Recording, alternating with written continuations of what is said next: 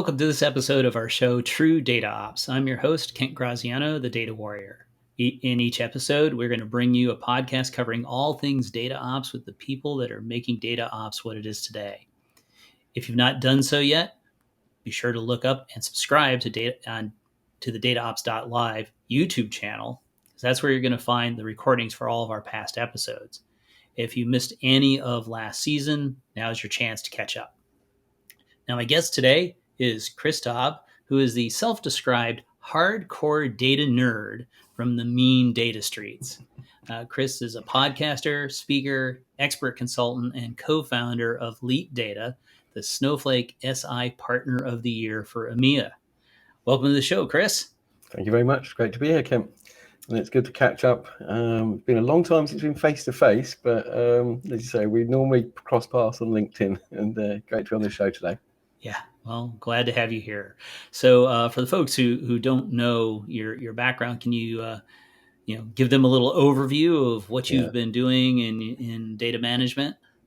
I'll try and summarize it a bit. So I've been in the industry 30 years. So I started my career at a company called Cognos. People may or may not remember, but it was acquired by IBM mid-90s or late 90s, I think. Cut my teeth on the visualization and BI and OLAP back then, or MDX cubes. Seemed to, I think we all, our paths, the career paths seemed to carve themselves, but just loved what I did, loved playing with data, loved the challenge it provided, and there was always something new to learn. So that career path over the 30 years has gone from ETL developer, DBA, architect, head of architecture, VP of engineering, CTO. Each step of the journey, data's always been centric to that. Even when I had a wider remit, it was always understanding, okay, how does it all get brought together with the data? So data management as a sort of like a classification. I mean, we had many names and many titles over the years. Some of it was when we were sat in shadow IT, as it was called, just doing these little data warehouses on the side. The world's changed, and I think referred to as a hardcore data now. I think I always been here, been around, seen it, and seen every piece of the puzzle. I don't think people get that exposure now. You go into an organization, you're working on the engineering piece, or you're working on the data model, or you're working on the DevOps piece, but you don't normally get as much exposure to the business aspect. And I think in my earlier days, it was always about the business and how we were solving or making the data world a better place. So I think look to the past to innovate for the future. And what I do like about the community is I can share what went wrong, what went right, what things have changed, and why that may change the way we work, and what maybe we can do in the future.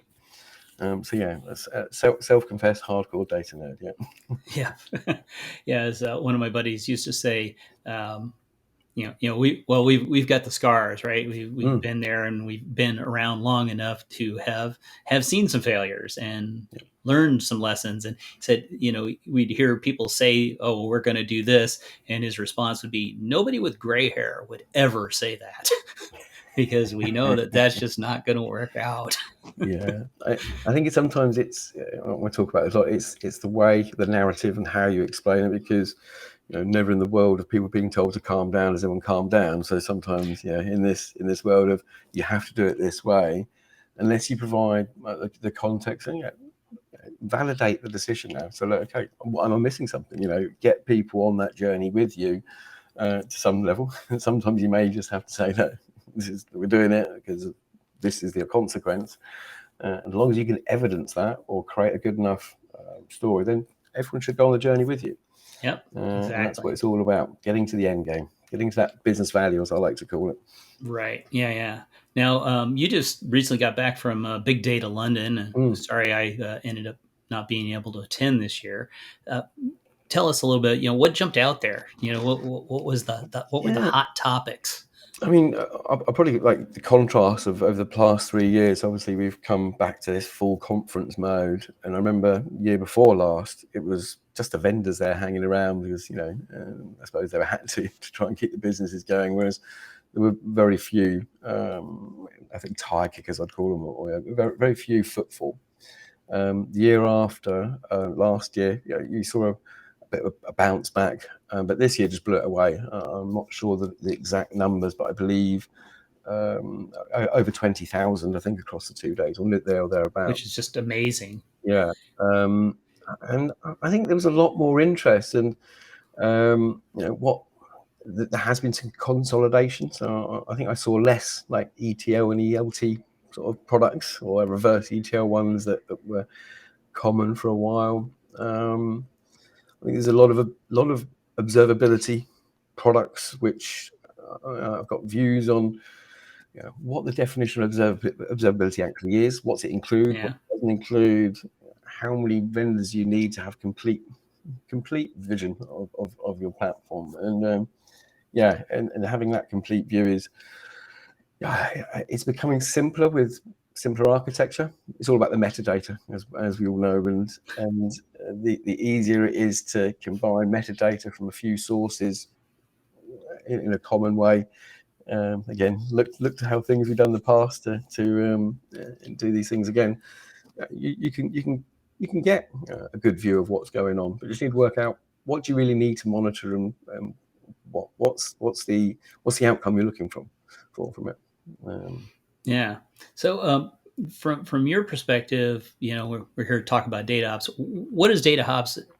What is that to you? And how does that fit into this evolving data landscape that includes things like observability and data quality and all the things that you and I have been dealing with in the data management space now for a couple of decades? And I think, again, we've looked to see how things are done in the past. We've seen the lean methodology, we saw DevOps in the application space, and it matured.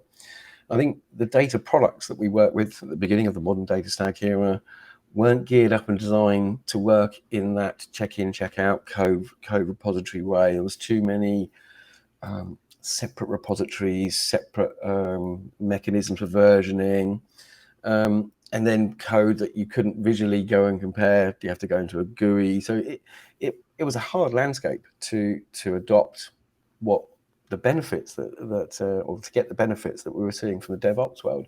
I think we've seen the products change. We've seen products like DataOps.live build adapters or work with these vendors, so you can create that seamless integration to them to get that DataOps experience. But I think John Cook was on a show yesterday, and it's all about, and I talked to Guy Adams, or was on with Sanjeev on one of the events at Big Data London. I think it's just about that data product management way of working. So we can call definition of what a data product is or not, and I've had posts about it needs a SKU, or does it not need a SKU? Is it something on a line item on a statement of work or an invoice, or is it we're just looking at them as features that are that collectively are making a bigger product? And if we start thinking of data ops as the ability to deploy new features, manage those features, that all gradually can create that data product. And again, when you say a data product, when you're talking to the business, it's all about that narrative again. So when you're talking to a trade or something, it's about the algorithm, it's about the insight, the decision that you're going to get from it. If you're talking to a geospatial specialist, it's all about how I can sell that data with that, augmented it with some other. It could just be it's a business process optimization. I'm looking to see how I can onboard, get less drop off on your onboarding process from a data capture perspective, or from a KYC checks that you perform being more accurate. So anything that you do, I suppose data ops is the method for you delivering business value. And the definition I go with business value is business value is an evidenceable positive impact on your company's performance. Ooh, I like that. You can see whether that's year 1, year 2, depending on what mode of a company you're in. If you're Uber, you could wait till year 12 before you actually get some benefit from it. But knowing that strategy, knowing the path you're on, and as long as you're achieving what the business strategy or objectives are, that's improving your performance. And not everything can be directly related to some value. And I think that needs to be recognized. And we joked around about putting your socks on tax, having that FinOps in place where you can recharge bit that helps oil the engine, which is your DataOps engine. Guy had, I think, a force multiplier. Guy Adams referred to it as, your DataOps engine is your force multiplier to give you competitive advantage. There is a value associated with competitive advantage. The people that are going to survive this industry are going to be the people that are able to get more insight out quicker, more reliable, more trusted. And rather than being forced on the business that you need it, the business is going to start requesting it. They're going to want this. They're going to get the FOMO experience. I want what the other department has. I think that's where we need to get to. Yeah, well, I think you pretty much just answered my next question, is whether or not you thought it's possible to deliver value at scale with all the data that we have today if we're not adopting this kind of approach with a data ops, an agile mindset like we've been trying to get to. And I think you just answered that. Yeah, I think the answer is it's no longer an option. I don't think you can't go into this you can't stay competitive unless you, and the same thing with DevOps, you can't be competitive with it if you're building an application that you don't have DevOps methodology. You can't instill that reliability, scalability. So the same thing just needs to be, it's a de facto now. If you're not DataOpsing, you may not be around for much longer. Well, yeah, and with the speed at which we're trying to move and the amount of data, and because we're trying to deliver this value, you have to have something to help manage all of that, because I think the risk of a mistake has a higher cost now sooner, right? Yeah. And you remember the days, if you found the error at the beginning of the session, then it costs you this much. Yep. If you find it later on, it costs you this much. And the further down you get, the more it costs you to find an error and fix it. But I think that's now compressed because we're moving at such speed at scale that we can't hardly afford that mistake at any level. Especially when you're feeding now data into things like machine learning and AI that are going to, like, you're trying to get immediate results. So we have to have some way to manage it. And I think this is where observability, of course, comes in, and monitoring that all of that comes in. Is if we're not looking at it that way, then, it could blow up way faster. I mean, there's fail fast, and then there's like crash and burn, right? Yeah, exactly. And I think you'd use the term monitoring. I'd much prefer that than observability. And I think I coined like 5 or 6 levels, I think, that give you that full observability. And I think the bottom level is the application. So it's APMs, been around for ages, Datadog, New Relic. Then after that's the SaaS monitoring, looking at your Snowflakes, your Fivetran, any pay-as-you-go service, looking at that. I think it's the connectivity then. So of how they're all working together, the content, what's being moved between one place and another, so loss of data, then quality at ingest, and then data degradation, and then usage, who's using it, when they're using it, how they're using it.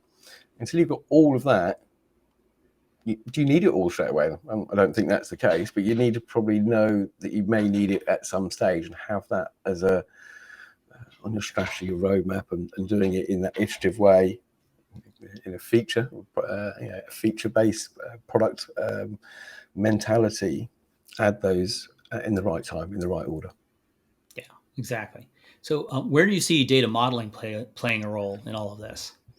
So I have to ask you a data modeling question. Yeah, you did, and I think last year, or maybe 18 months ago, there was the modern data stack's dead. It doesn't have data modeling, and I had my rants every now and then, and this one got me off, was it's not the modern data stacks, you've forgotten how to data model. And I think I did bring back data modeling as a bit of a hashtag that got a bit of a following, which was great. And it did really it shows what the community can do when someone collectively keep talking about the same thing. It raised, but if you probably did some stats on how often it was searched or how often posted, it definitely raised a profile on that. I think the other thing that helped with that is people talk about the single version of the truth, talk about the cost now of all their pipelines, linking it to generative AI or being able to get more automation that's created. It doesn't work unless you actually know what you're modeling. And the panel I did at Big Data London, I had Joe on there, Serge on there. We read his book. We had Jay from Snowflake, Jay Palmer.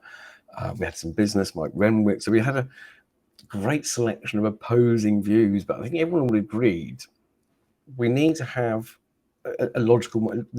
The data needs to represent the business, and how you physicalize it. There's going to be. There's purists out there, and I love Veronica as well, that I know you know very well. It's about the right. It's a pragmatic approach. She's very, and I love the fact that she knows all of them. She knows DataOps very well. It's what's right for you at the right time and based on the right requirements. And very consultant thing to say, but there is no one size fits all. But I think we all agree is you need to have an element of modeling, an element of physicalization of that model, which should be probably pattern based. Have a clear understanding of what works well. And I think the other thing we both know, I talk about the Oracle days, and I was an Oracle DBA. We modeled data to get the best out of the infrastructure, and it was that was the reason we were bound like that. So that's not, or the same limitations aren't there anymore. So right. Yeah. There is and I know Joe Reese is doing a book on this. So there is turn it on its head a little bit. Have a look at what is the right one. But having that immutable source of that data doesn't go away. Having a business classification, business dictionary description of that data is not going to go away. Whether you do a big fat fake feature table, whether you go with Kimball still, whether you just do just a bunch of tables, I don't suggest that approach.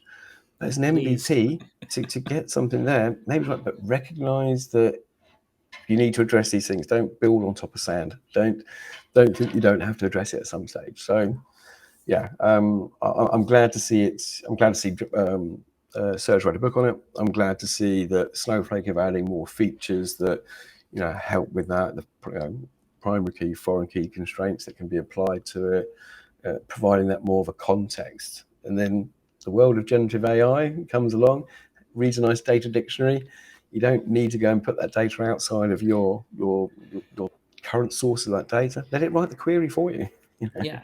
That actually brings me right into the next question about the role of automation and maybe even AI driven, which you just mentioned for data modeling and data ops and all of that. And part of that is, data modeling is part in a data model of some sort, whether it's conceptual, logical, business semantic model, or just a physical data model with foreign keys and primary keys that provides metadata necessary if we're going to automate any of this stuff, because otherwise what are you automating, right? Yep. So yeah, and I think the more we can automate, and I think probably one of my predictions for 2024, what should happen or what may happen is there are only a certain amount of businesses out there, and at LEIT we'd always like to build something that's tangible that we use internally as our LEIT lab, or it demonstrates what the art of the possible and some best practice. We did one for advertising analytics. So taking all the social feeds that are out there, looking at all the common attributes. They all have likes, they all have views, they all have some geolocation information. They all have the common, but they're not using all the same common data model. So we went for an exercise, mapped it all in, but I think there's a community aspect of that out there that can happen now. And, the likes of what DBT have done, and I think there's other ones that are doing that community stuff is, you can start having a default, e-commerce data model for both sides of it. A standard model? Yeah. Well, it is the 80-20 rule. And I yes, think absolutely. With that feedback from the business, and also you talk about the metadata. Take that metadata from Fivetran, take the metadata from Rivery, take the metadata from Talent, or whatever the metadata that's been collected from the same sort. It's going to be SAP, it's going to be a Salesforce, it's going to be a NetSuite. Have that taxonomy that is crowdsourced and done once. I think it's going to be a game changer, because I don't think the big vendors will like it, for example, the source system, because it means that people can easily swap from one to another.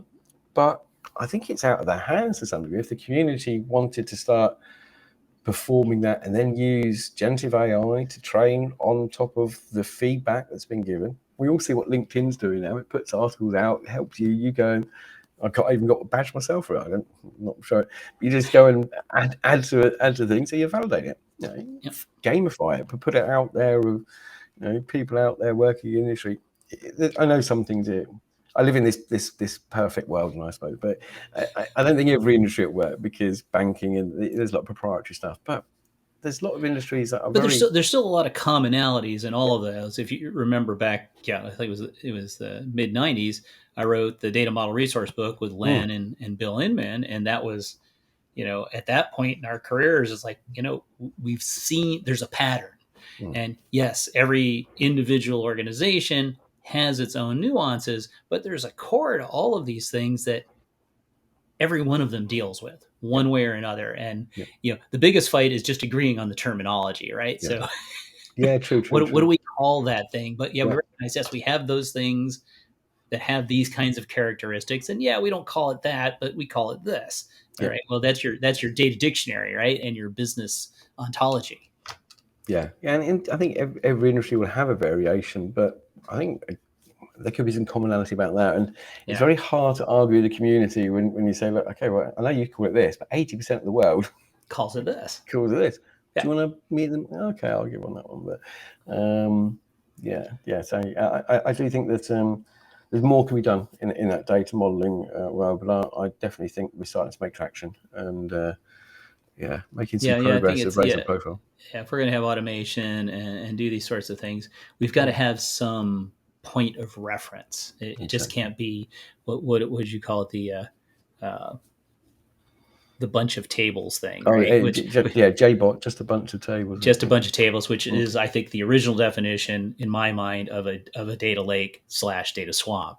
Is yes, we throw it all in there, and it's just we'll go figure it out. It's like somebody has to figure it out at some point, and it has to make sense. And if we want to streamline things and automate things, we've got to know what the patterns are. And for us, the pattern is a data model, right? Yeah. I think you just hit the nail on the head of and again, we look back, is because anyone that's in that era pre the big data schema on read, just sticking a JSON file into a lake. I was called out at that time. I was a dinosaur, you don't do that anymore. Don't be silly, and it created an era of big failures in the data world, which has lost credibility of projects and making it probably harder to go and get the budget to go and do another and try again, because there's been too many failures. And the approach of just sticking it where they're worrying about later, then unfortunately, the beginning of the modern data stack hero, it was too easy, and the cost of being OPEX, not CAPEX. It run away to stick it all in, just get $5,000, we'll work it out again later. We made the same mistake again. And I think now with people, a focus on making sure that there's FinOps in place, making sure you get your best bang for your buck. And I think this business value, and the reason why I keep using the term business value all the time is I'm doing this book with Matt Housley. It's next year we should be out. And it refers to the high performance data playbook, but it's trying to break down what business value is, rather than use the term monetization, and then break that down as how you can actually achieve it in an iterative way. And I think it refers to the fact that we always like to have a picture of our vision of our data architecture, of our data platform. We've imposed that onto the business, rather than the business telling us a little piece of the puzzle, which then we can do a little tick. Oh, we've achieved that, level it up, and creating incremental value that makes that journey. CDOs may stand longer in their roles than just 18 months, because they're actually able to deliver and able to actually provide the business, what the art of the possible that's been demonstrated to them can do. Yeah, I think this question is obviously timely based on what we were just discussing. And if data is low quality, the AI will infer a low quality model. Absolutely, we're going back to GIGO, garbage in, garbage out. Yep. So isn't that kind of a catch-22?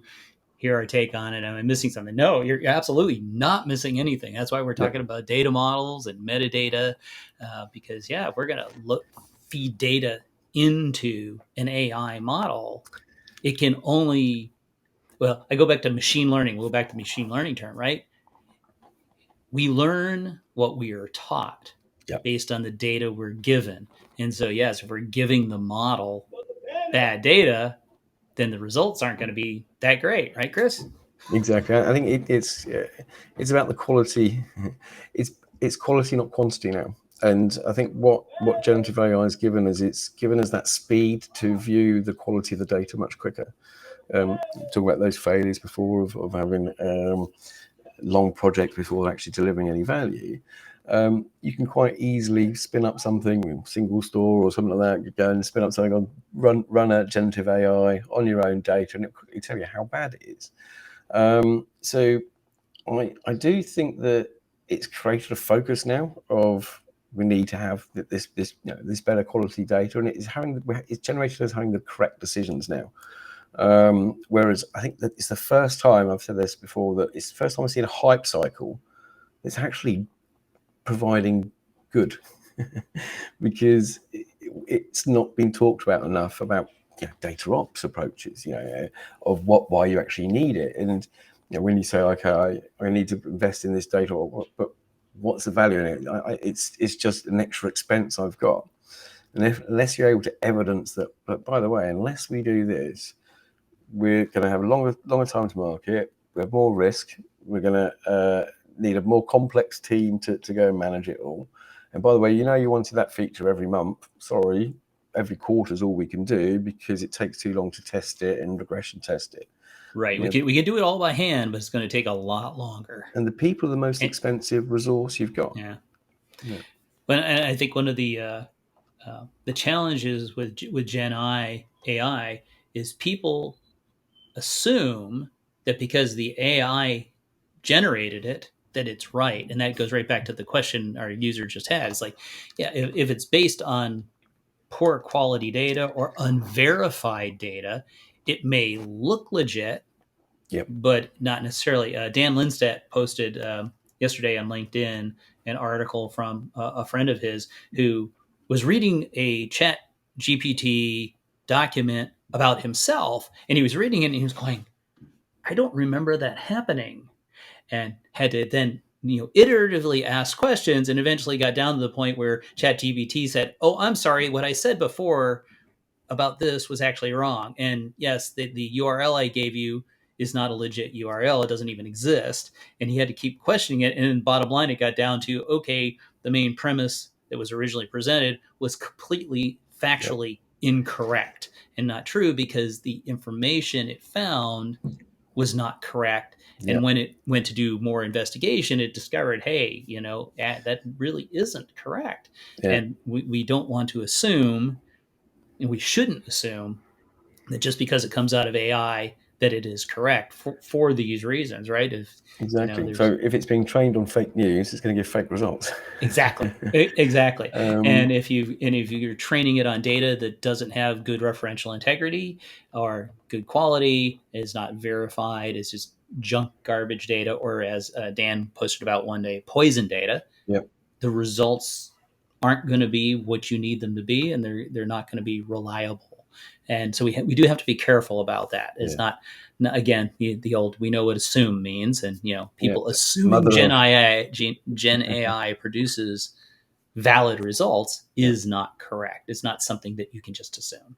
No, I think that's when you control your own destiny. If you do start training this stuff up, you can actually put the rules in there of the source or the credibility of the source to have a certain level of quality map. And I think that's probably the next big thing out there for all of that open source or marketplace data. There's directories of them, but who's actually given a quality assurance of those ones? Right. And I think that's going to be the next knowledge map out there, and maybe people crowdsourcing that quality to verify it. Yeah. How the only way of AI is only as good as what we tell it. So. Yeah. Okay. Well, so we've got to wrap up here, Chris. So tell us, what's coming up next. Do you have another laid back data meetup coming? Yeah. Conferences you might be speaking at in the next couple of months. Yeah. So so we do a London meetup monthly.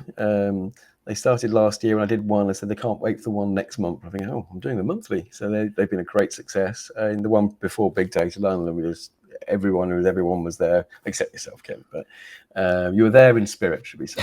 In spirit, yes. I was So, I was looking at the pictures on LinkedIn.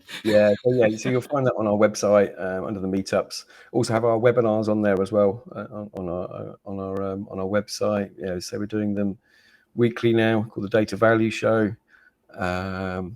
Maybe not quite the same quality as this, but we're getting there. And then speaking, so Day-to-Day Texas, speaking about my favorite subject, business value. And And that's January 24, right? it is, yeah. And In Austin, Texas. yes, Austin, Texas. Thank you for that. And Lynn Bender, who runs that, does a great job there. So anyone in that area, highly recommend it.